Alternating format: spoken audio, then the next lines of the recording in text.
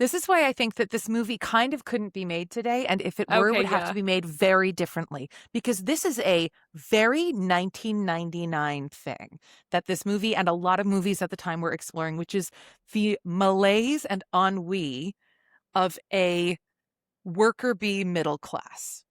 Mm-hmm. Mm-hmm. Gen X, that's who they're talking about in this movie when Yeah. Tyler Durden says, we're the middle child generation. Like, Gen X, a lot of their art had to do with like unpacking the dissatisfaction and the detachment from the primal that came along with being middle class.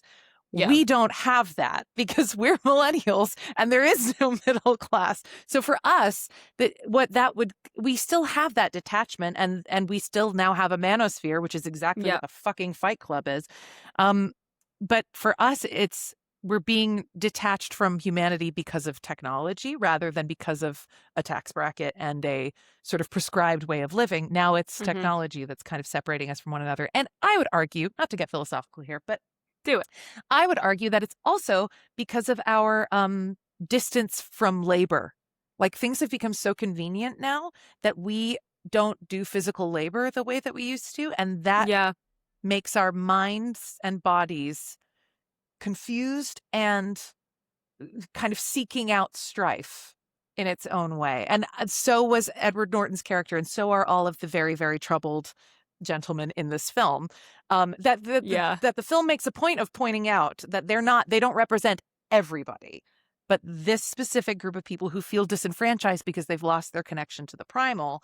Mm-hmm. You know, for us, it's because of technology. For them, it's because of being middle class. But for both, there's a lack of physical labor that we just don't need to do anymore because we live in a consumerist culture. And Totally.